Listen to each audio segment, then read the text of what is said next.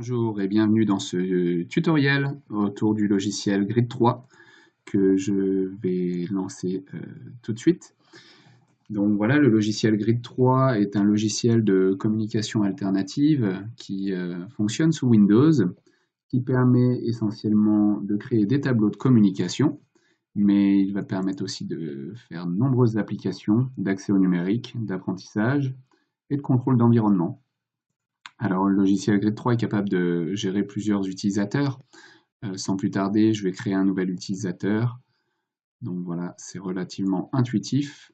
Donc je vais créer l'utilisateur Pierre, qui va être français, non pas du Canada, mais de France. Et donc, on va imaginer que Pierre a besoin d'un tableau de communication pictographique.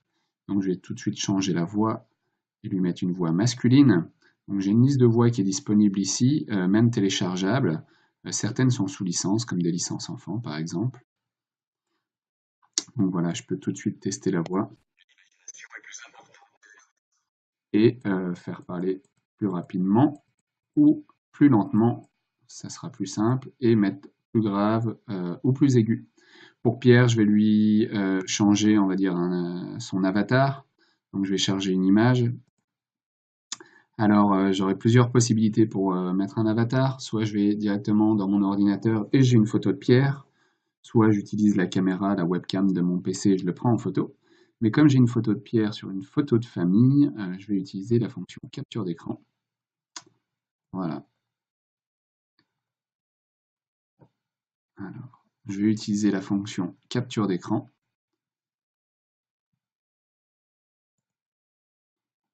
Et je vais sélectionner la photo de Pierre sur l'ensemble de la famille. Et voilà, mon avatar est tout trouvé. Donc l'étape suivante propose de créer un compte sur Smartbox, le développeur du logiciel Grid 3. Ce compte-là, il sera utile si on veut sauvegarder ses grilles en ligne ou alors éditer à distance, c'est-à-dire si la famille de Pierre ou le thérapeute de Pierre veut interagir sur les grilles à distance, va falloir créer un compte. Le compte sera aussi utile pour utiliser les grilles sur les plateformes iOS, à savoir iPhone, iPad et iPod Touch. Donc voilà, Grid 3 permet d'utiliser différents types d'ensemble de pages, de la communication par symbole, par texte, les apprentissages interactifs, les applications accessibles ou le contrôle d'environnement. Donc je vais volontairement tout laisser sur oui, et puis on verra par la suite ce qui est proposé. Avant de lancer l'utilisateur Pierre, là il propose encore dans les réglages